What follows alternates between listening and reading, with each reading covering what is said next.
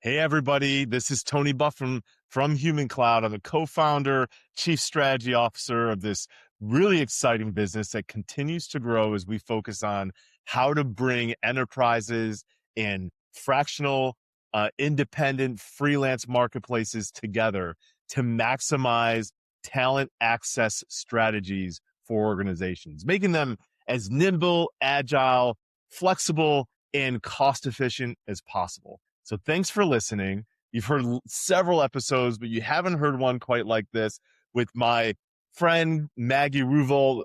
We actually met years ago at Transform, which is funny because as we record this, we're going to see each other in just a few days, right? Yeah. We're going to be back at Transform we're both advisors for Sempervirens. So we get to kick off with their cool event that happens just a little bit before Transform. And then we get to enjoy Transform, which one of the best things about it is the networking that takes place, because you build these relationships and you never know kind of what it's going to build into. And part of that is us talking on this podcast. So thank you so much for joining our podcast, Maggie. It's really great to have you. Thank you, Tony. I'm so glad to be here. I'm really looking forward to Transform. It is my favorite week of the year. In a lot of ways, it's beginning for me to feel like a college reunion, because you're right. You make these connections with people around the country, some of them around the world, and you constantly still talk with them over the course of the year, but it's the one time that I'm sure that there's a certain group of people I'm going to see. So I'm looking forward to it. Yeah, and I like Transform because it's not that this is a Transform commercial. They're not sponsoring this podcast, although they should. But it is a great event. I've been to so many HR technology focused conferences, and I feel like Transform has this really great blend of technology and strategic thinking and application. Like you talk to folks that really understand what problems are within HR, and there's a lot of leaders that attend that are trying to solve real problems today. So both the discovery around, okay, what's new, what's trending in terms of features and benefits for technology or platforms, but also what are the trends that leaders are struggling with or even anticipating as they're navigating, a really unpredictable time from a talent market and just a economic market standpoint. Yeah. I also love that there's communities within Transform. So Startup Experts shows up, as it's another community, and they all get together, and you'll see people in Startup Experts t-shirts, and the Fractional people get together at that. So there's sort of these micro places where you can make really strong connections. And I do love the fact that it's future thinking. I don't like to go to conferences where it's like, let's talk about the best practices that we've all been talking about for 15 years. Like, no, what's coming next? How are we solving the problem, particularly in this sort of rapidly changing environment we're all in, where speed just seems to be so much faster than ever before. Speed is the name of the game. And, prior to being at Human Cloud, I worked for Upwork for years, and I was a client of Upwork's, and I got engaged in that as a way, of course, to get talent, just to get talent to show up in the door. But I was like, what's the ROI? How are we going to save money by leveraging this strategy? And I want to make sure I'm getting quality candidates as well. But what I eventually discovered was the real benefit is just speed to talent, because speed is so critical. You can't, the business is putting together plans, they're trying to execute, and waiting for critical talent for months isn't an option. And that's what I struggle the most with. So that's why I was like, man, independent workers, freelancers, fractional roles that get down to exactly what you need, to me, just felt like, okay, this has to be a big part of our strategy. It didn't have to take over, but it had to be a big part. Yeah. And speed is one piece of it. Agility is the next. And I think that's where the fractional pieces or, project related work, it enables you to be really agile. You may only need a fractional CTO, to give or a chief people officer. And you get a talent you kind of can't afford full time. Yeah. But, helps you have a certain amount of vision, and those people, you can bring them in a short period of time when you've got the thing right in front of you, without having to commit to, long-term, really expensive relationships. And some of the most interesting people are doing this kind of work. And I think when you can tap into a community that is, or a talent pool that is doing this kind of work, they are also spending a good chunk of their time, since they're in other organizations, they can bring in an intelligence to you that you can't go out and get. And that, sitting in a full-time role right now, I'm constantly tapping into my network to make sure that I'm hearing what other people are hearing in lots of organizations. But this kind of fractional talent, they can just bring that with them every day when they come in to work with you. Well, you bring up I definitely want to spend a bunch of time on fractional roles and your experience in that, because I find that super interesting. I think it's a big part of the future of work, just in the way that you described. But you also just touched on networking, which is so important. And frankly, as an HR professional in a traditional roles, as I was coming up through Stanley and even as a CHRO, networking felt like it was something I should be doing, but it was always a low priority. And once I moved on from those roles, I was immediately like, why didn't I work harder on networking? And then when I started going to conferences more, thanks to my Upwork role, I started networking a ton. And networking has this kind of like, negative connotation, like you're just kind of wasting time shaking hands and schmoozing. But that's not really it. You're building relationships. So tell me how you've felt about the importance of networking and trying to prioritize that and fit it into a busy schedule. Yeah. I mean, I am actually a shy person by nature. So I also avoided networking because I was like, it is for me the seventh circle of hell, walking into a room where I don't know anybody and having to walk up to total strangers and be like, hi, I'm Maggie Ruvoldt. And what's my elevator speech and all that kind of stuff.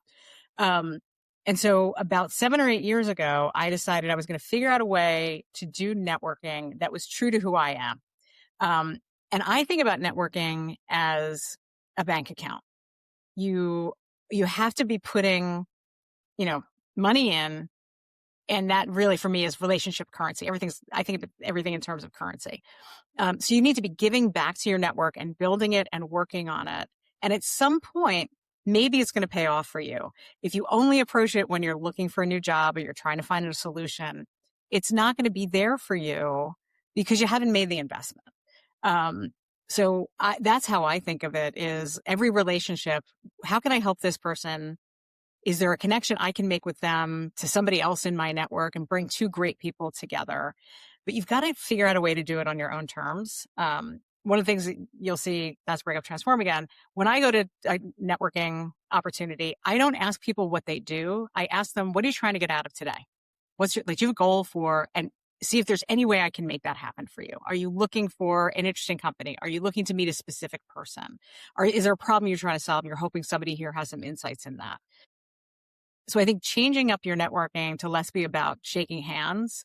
And if I can walk away from an evening of networking and I've met one interesting person, or a few days and I've met 3, for me, that's success. And then I spend a lot of time. I carve out time every single week to look at who haven't I talked to in 30, 60, 90 days. I actually have a Notion CRM, so it helps me keep track of all the people. And I look at, what was the last date I connected with that person? Do I need to do an outreach? What did I see interesting come across my desk this week? Who in my network might, benefit from that kind of thing? And once you start doing it, it's a little infectious, and you start getting so much back that you want to make the time to make that happen for yourself. I like the idea of making that investment on a regular basis. And it's like we tell our kids, like put aside $1 every day for X number of time, let Yeah. the interest build, and you'll get those dividends later. You don't know how, but that's kind of the point of networking. You're making an investment in something where you're not quite sure what the return is going to be, other than but you don't know what the return is going to be or when it's going to happen, but you're building relationships that could add a lot of value, whether it's trying to solve a problem that you're confused by or challenged by, or looking for an opportunity, or looking for clients, or whatever it might be down the line. I like also that idea of not just getting into the common or really kind of superficial discussion of, okay, so what do you do and where do you live and how long you've been doing that? We've all had that conversation, and it gets really, really tried. But understanding what they're trying to solve for, or what kind of objective they have, makes you a part of the discovery, at least, and maybe even a part of the solution. Yeah. And it leads to just more interesting conversations. The other question I like to ask people is, if I could wave a magic wand and make some problem that you have or something you're trying to do a little bit easier, a little bit better, no promises, what would that look like? And it just leads to these sort of more interesting, in-depth conversations. And frankly, it also helps people remember you. Yeah. Because I'm not, I'm the person who said the magic wand thing, would love to connect again. You stand out a little bit, but you make a more meaningful connection with somebody than the traditional, I can look at your badge and see who you work for. Let's get into like a real conversation. You used to stand out after everybody listens to this episode and they all start asking the magic wand and, what are you trying to solve? Now you're going to be one of many, but it is really good advice. And I could imagine not only are you having a more interesting discussion, but you're probably picking up on what are trends or commonalities and concerns or challenges that people are sharing when you ask that question, which, one of the things when I talk to some of our clients that they're most interested in is what are you hearing? And they don't want to hear that what I'm hearing from HR leaders or executives or procurement leaders, what their jobs are and where they're at. And, they want to know, how is business look like? How are forecasts looking? How are people thinking about AI and those challenges? What are they frustrated with versus what do they feel like is working really well in terms of off the shelf solutions? And whatever it might be, they're super interested in those trends as well. So I love kind of just gathering this understanding and being able to help crystallize it to help the companies I advise. Like I'm sure you leverage that for the companies you advise. Absolutely. Yeah. Yeah. So as we touched on earlier, fractional is growing massively. And for all the reasons that you said, it allows people to access strategic, visionary thought leadership, at within a business size and at a level that they typically couldn't afford, but they get it. They get to essentially rent it. And they also get all of the diversity of experience that fractional leaders are spending time with different organizations are learning. That's tremendous. It's a tremendous experience, or tremendous insights. Did fractional start for you? Like where does that journey begin? And tell us a little bit about that experience. Sure. So I had worked for this EdTech company for a little over a decade. I started when we had just closed Series C. We were 100 people. I think there was maybe $30 million in revenue. I stayed for this amazing ride. Company went public. By the time I left, we had $1 billion in revenue with 5,000 employees. I was exhausted. Yeah, I Um, bet. and so I needed to leave to take some time off. And I said to my husband, I'm thinking about maybe I'm just going to retire. And he said to me, I give you 3 months before you're climbing the walls. And so after a couple of months, there's only so much bread you can bake, so much yoga you can do. And I just started reaching out to folks and saying, I don't want to go back full time, but if you know of anybody who's got like project work or interesting problems they're trying to solve. And I kind of stumbled into a couple of fractional type roles where 2 different companies said, like, I don't need a full-time person. But I could use, it's not really a project, but I need some strategic advice. One specifically was trying to decide if they needed a full-time CHRO or if they could just upskill the VP they had, which was really interesting because I basically went in and convinced them, you don't need a full-time person. You don't even need a fractional person after about 6 months, because it's such a talented in-house kind of person. And then the other one was just, they eventually knew that they were going to hire a more head of people, but they were just looking for somebody to come in and help them figure out what should that look like.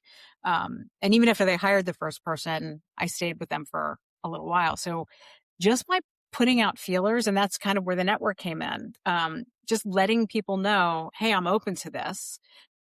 And this was in 2022. So also imagine like mid-pandemic, Yeah. all of this kind of comes together. And the stories I hear from other people very similarly. They're coming out of full-time roles. They often want to be working with smaller organizations. I was leaving a 5,000 person company. I wanted to kind of get back to that startup-y feel if I could. And I just started, letting everybody know in my network and being really crystal clear about what you're good at. and what you love doing. For me, I like to innovate, I like to build, I like to transform. And just by telling people, those are the three things I'm great at, those are the three things that light me up, that narrowed in people's minds, because I think people think fractional and they start to think about the percentage. What percentage of time do I need somebody? Being able to focus them back on what are the attributes of somebody or the impact that you want that person to have, that started bringing work my way. So that was exciting. I like that distinction because you're right. I think most think of it as, well, how many hours do I need? How many hours a week do I need for just general like HR, CHRO coverage for everything? When Right. the reality is, when you're working on something as a fractional leader, I would think you want to be doing what you're best at because that's where you'll add the most value versus just renting time so you can kind of, peanut butter spread over all HR things. And arguably it'll be that much more difficult to actually deliver an impact. Absolutely. And there are different, there were times where I got a call and from somebody saying, hey, we're looking for this fractional person. This is what we're trying to solve. And I could say, ooh, I'm not the person, but I know somebody who is. So understanding from them, again, those calls always come in with, we need somebody 25% of the time, 10% of the time, which sometimes is driven by how much money they want to spend as opposed to thinking about what the impact is. And I'm sure you do this with your advising too. When I'm talking to companies about potentially advising, it's the same thing. Here's where I bring value. If that's going to be valuable to you, then let's make a connection and let's make something happen. It's not just about time. And some people are more generalist. Like, I'll help you set up your department that you don't, I'll be the first HR person you need. And maybe you don't need somebody full time, and that works. But we all have different talents. It also keeps it interesting, right? We're fortunate when we're doing this kind of work that we're getting to pick the work that we want to do. Absolutely. Well, when you get to focus on what you're already intrinsically motivated by it's still a broad function. There's a lot of different things that could mean HR. You need to do the parts of it that you enjoy the most. It's so much more rewarding, and it's still to an extent on your terms, right? Because you're fractional, you're independent.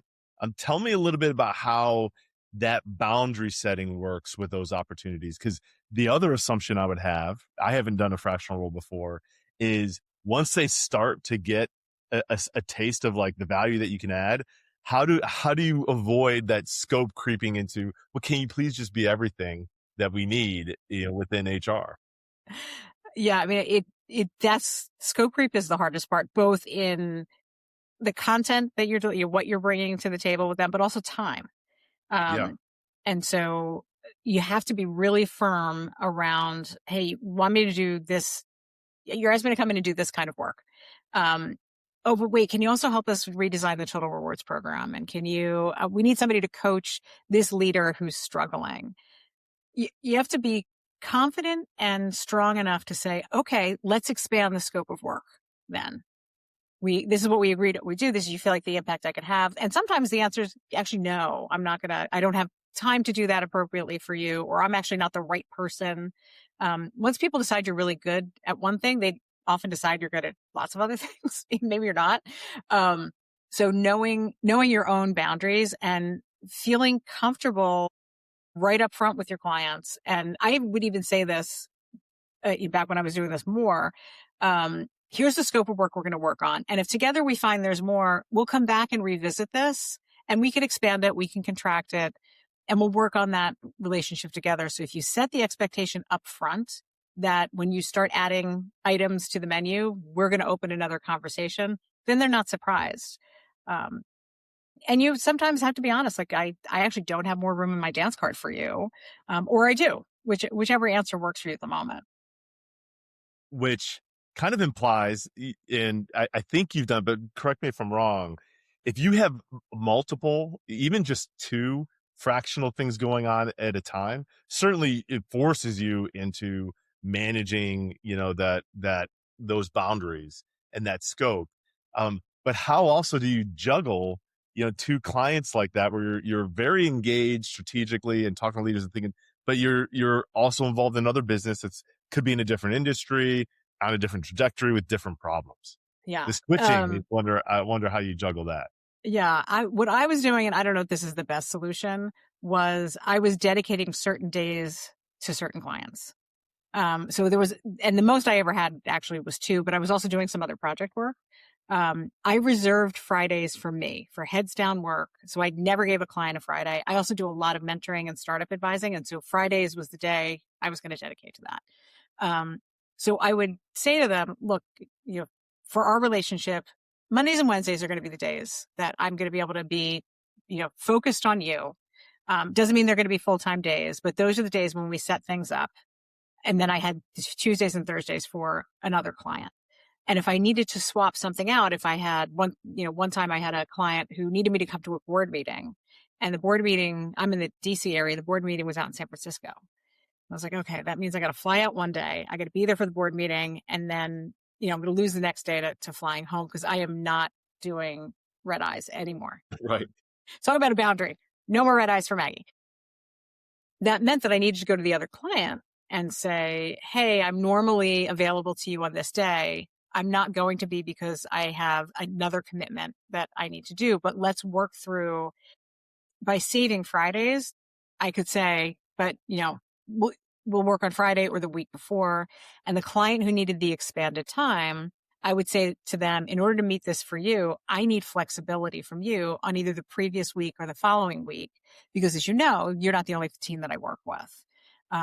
So you just, again, it is about boundary setting in a lot of ways and being really clear. And I find that, people can be afraid to do that, but when you're clear with your clients, they respect that. Because you're being respectful of them, but you're also asking them to be respectful of you. Absolutely. And that's a really good point. It's not just important up front, because I think people do put a lot of effort into defining the project and the SOW and everything else. But stay like referencing back to that and staying true to that, and bringing that back up when you start to see the creep happen. That seems to be really important, and I can see how it's also tough for a lot of people, because when people want more of you, it feels really good. It And you want to be does. able to say, yeah, hey, I can do that too. And especially smaller startup type businesses where everybody's kind of just taking on anything. That's part of what's fun, that energy of, hey, I got it. Like, I'll step in. I can do that. Let me take it. But when you're fractional, you've really got to you have to have some structure and some discipline. Yeah. And you have to create that for yourself and communicate that to your clients. And we fall in love with these companies, and you do want to give more. But you got to do it under the right set of circumstances. Well, and you've chosen this different career. Like, typically you've already done that career where you're full time and now you're trying to do something else. You've got to train this muscle that's going to help keep you in this more independent, more varied and flexible, career path. Yeah. When you think of your first fractional role to your latest interim that turned into full time, what do you feel like you've learned the most or have been surprised by the most since over the course of those different roles? Yeah. I mean, the most that I learned was around boundary setting and being clear about what it was going to be. It was the first one I did was very much a catch-all. Hey, you need some help. You need somebody to talk to. And we kind of figured it out as we went. So I learned about how to create that structure. I also learned that what I find surprising is that the full-time work that you do, how you juggle all of your internal stakeholders in any big role like we've had, any C-suite role, is actually not too dissimilar from juggling your clients. Okay.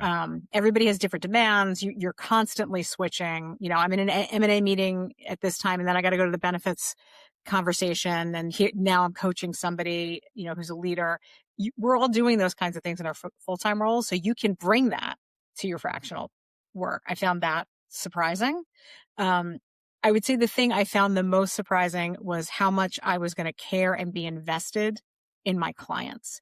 Yeah. I really thought this was going to be the kind of thing where, like, I'm going to come in, I'm going to do my thing, and I'm not going to think about them when I'm not actually working for them. I mean, there's one that I haven't worked for in 4 years, and I still think about that company all the time. And when I see something pop up on LinkedIn, I'm reaching out to the CEO and be like, hey, congratulations. And I still talk to her quarterly, just as kind of a check-in. So I've always been so invested in the company that I worked for full time.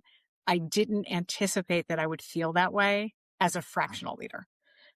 Yeah, I think you do imagine that you're just going to parachute in, help solve a problem, and pop back out and move on to the next thing. But it seems like it's not much unlike building a career with an organization, because you still build those relationships. And it makes me think of when I talk to HR leaders or executives around leveraging independents or freelance workers, they're always concerned about exactly this point. Once we get past like the compliance and how do we make this work and cybersecurity, and those are logistical things. But when you really get to kind of that last mile of decision making, they start to express concern around, well, they're just not going to be as invested as my full-time people are. And how do I balance that culture if they kind of see themselves as temporary and everybody else sees themselves as temporary? Are they going to meet the level of commitment or engagement that I get from full-time employees? My answer is always, yeah, it's not such it's not such like a two world or two team mentality when you do it right. But what's your view on that, especially at an executive level? Yeah. I mean, you have to hire for it. You got to pick the right person who isn't coming in with that mentality, and you can absolutely suss that out with them. And you have to design it so that they're not thought of that way.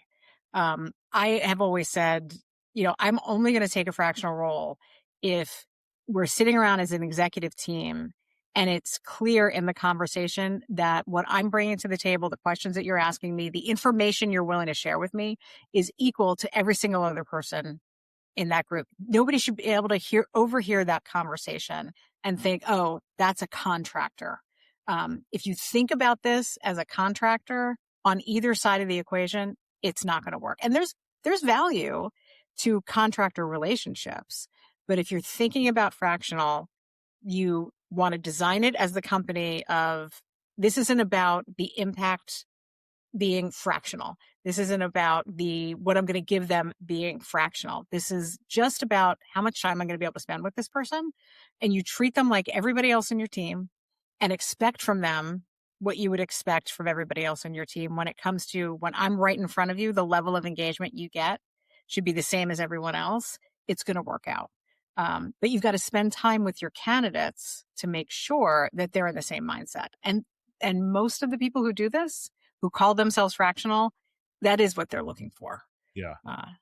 Well, in especially startups or smaller organizations, I feel like they're more comfortable with that anyway.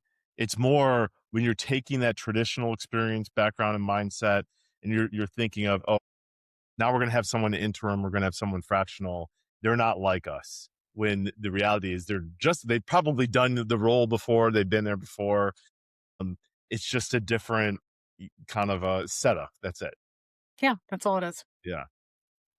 What other advice do you have for people that are in that transition or thinking about being fractional and building that kind of new stage or chapter of their career? What other advice do you have for them to consider or just contemplate in making that decision? The grass is always greener. Right. When you're in an in-house role, you're like, oh, look at all the flexibility that group has. And then when you're out there doing the fractional work, oh gosh, look at the stability that my friend who's in-house has. So my first advice is talk to other people who are doing this. People will be really honest with you about how easy or hard it is to get work right now. What are the mistakes they made? You got to think about your business setup. Right? Like, are you going to form an LLC? What kind of business insurance are you going to get? All those other elements. And you always hear the rosy stories, right? People talk about how well it's going for them, but there's heartache out there. It's not 100% easy. And so being sure that you also have a financial runway to get this up and going. You're about to walk away from a paycheck that is consistent and easy to not necessarily easy to get, but you know it's coming in every 2 weeks or whatever you're on. How much runway do you need in order to make sure your bills are paid? Like, what if you don't make any money for 6 months or 8 months? Because you're going to have this unsteady period of time, and you'll always have that in the business. So you've got to ask yourself your own personal risk profile. Because if you're not willing to put that kind of risk, or not in a position to put that kind of risk for yourself financially, then it's going to be incredibly stressful for you to do. Yeah. So That's a lot of that's an pressure. important, it's a lot of And pressure. typically, especially if you're in HR like we are, you haven't done a whole lot of business development before. Right. And there's a difference between business development and networking, but really we kind of come full circle, because the first thing you said was talk to other people, ask questions, understand their experience, and then leverage that to kind of benchmark your risk profile, your ability to kind of weather the same storms. And it gets to, there's new muscles you have to develop and train in order to be Absolutely. successful independently. Yeah. And to be happy doing it. If you're going to find that really stressful, like I have a friend I was talking to at the end of the year, and she said to me she thought she was going to have the best year ever when it came to, the number of clients she had, the income she was about to bring in. And then in the beginning of November, everything evaporated and she had nothing. People were canceling contracts. People were pushing her off into the beginning of 2026. And she said she didn't have the worst year she ever had, but she didn't have the better year financially she thought was coming, because she all of a sudden for 8 weeks had no work. Yeah. Now it picked back up in 26, and so everything's fine. But that level of uncertainty, and she's only been doing this for a couple of years. She was like, wow, this is the first time I'm actually stressed and wondering if this was a good decision. So, you got to know that, where's your stress going to come from, and what's going to really light you up. Yeah. I mean, it's a roller coaster. And it doesn't just keep coming in just because you rose your hand. You got to work at it. And sometimes you don't. And sometimes I'm sure it can also be overwhelming because you have a lot of demands coming from a lot of different places. So that could be stressful too, because it doesn't let up. It doesn't. I mean, it is feast or famine. Sometimes you're afraid to turn the work down because you're afraid, well, what if the next one doesn't come through? Yeah. So should I just try to do as much as I can when it's right in front of me, and kind of evening that out for yourself? Because at some point you got to start taking notice of certain things. So before we wrap up, as we start to wind down, I'm interested in a totally different direction. You mentioned innovation, HR. What do you think is most intriguing, or maybe most critical to get right with innovation in HR right now? For me, it's all about think about the work, not the tool. I think everybody's out there getting dazzled by, wow, there's this fascinating thing and it does this and it automates that. But is that what we need for the work right now? So start with, how does the work get done? If I was going to automate, if I was going to innovate, where would I be doing that? And what's the right solution for that piece? As opposed to, the next shiny object, everything, what's the expression? You find a hammer and everything looks like a nail. And I made this mistake recently. There was a tool that we bought that was going to do a very specific set of workforce automation. And then I found myself in meetings for the next 2 or 3 weeks saying, oh, you know what? We've got the tool for that. Oh, you know what? We've got the tool for that. Now, then I took a step back and I was like, actually, maybe that's not the right tool for that. Maybe there is something else we should be building. So just keep the focus on how the work should be designed or redesigned in this moment. And that for me also is about where do you want to make sure that people are deeply, deeply involved? I've come to hate the expression human in the loop, because So it popular right implies, now. it's so popular, it's driving me crazy, because it implies if we don't specifically say human in the loop, then we won't be there. Yeah, right. It implies that it's an afterthought as opposed to native to the design. I actually just posted on LinkedIn about it this week, and the hammer analogy came to mind. And I said, you don't call, when you're doing carpentry work, you don't say the hammer is human enabled construction. It's just a hammer. Yeah, I right. don't have to call out the fact that it's a person is wielding it. And I Yeah. think we need to think about innovation in this moment in that very specific way.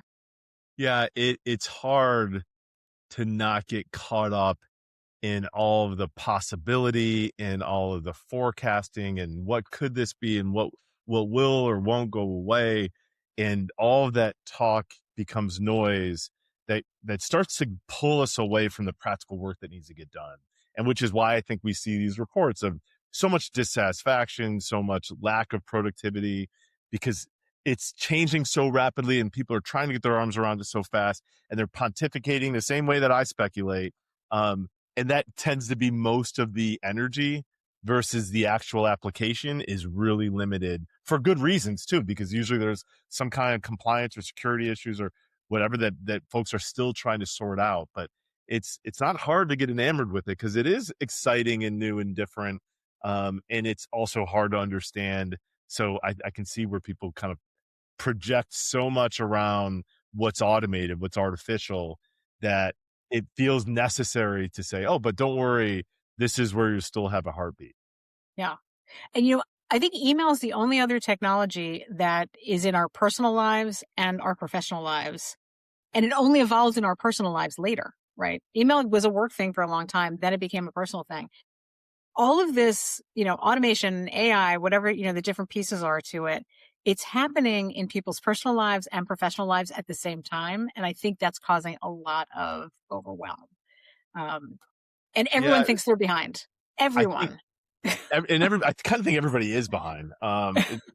It just feels like that because even as you start to get your head around it, there's a new feature, there's a new version that now does, now makes your breakfast. Like, it's like, oh wow, okay, how do I get the update so I can start taking advantage of that feature when you haven't even learned the old ones?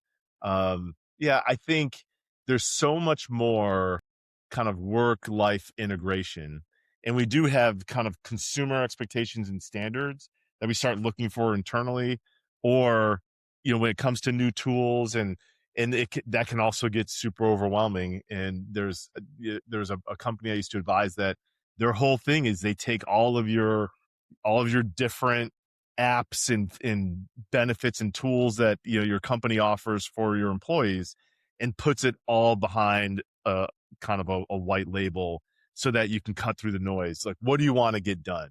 You don't have to worry about, well, which app do I go to? You just go do it, and it's in the app, but you don't have to experience that switching back and forth, which can be really confusing.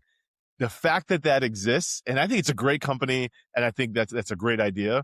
The fact that it exists gets to your point of there's so much, and there's so much that can be really overwhelming that people are trying to be, that you can kind of over tool everything so that really nothing, Yes. Yeah. Or very little of value happens. very little of Um, value. That's a better way to put it. Next week. So we're going to see each other in just a few days. We're both going to show up in Vegas on Sunday. I'll wrap up with, what are you trying to get out of this trip, or at least Sunday and Monday? for me, this one's a little bit about reconnection. So there are people that I only, like you, that I only see in person once a year. And that's really, I'm not going in to solve a particular problem. There are a couple of companies that I've been interested in that I want to meet those people in person for the first time, even though I've been talking to them. So it's Yeah. about deepening those connections. How about Well, you? I think an important thing you pointed out that is also something that I'm seeing and hearing is, in-person events are growing in popularity and attendance, because people now want to take advantage of, I get to meet these people in person, and I think more than before. Not that they didn't always want to, but it is that personal connection that really moves things forward. And if you're someone that needs to network or wants to network, it makes such a big impact when you do it right. So thank you so much. I'm looking forward to seeing you soon. Me And too. I really, really, really appreciate, Maggie, you joining the Human Cloud podcast. For folks that aren't as fortunate to me to know you already, what's the best way for them to get in touch with you, connect with you, if they want advice, or maybe they want you to advise their business or be their fractional leader at some point in the future? How should they get in touch with you? I am on LinkedIn every day. I carve out time every morning to go through and support other people there. So that is the best place to find me. All right. Find Maggie on LinkedIn. Thanks everybody for listening. And again, thank you, Maggie, for joining us on the Human Cloud Podcast. Thanks so much. It was great to be here.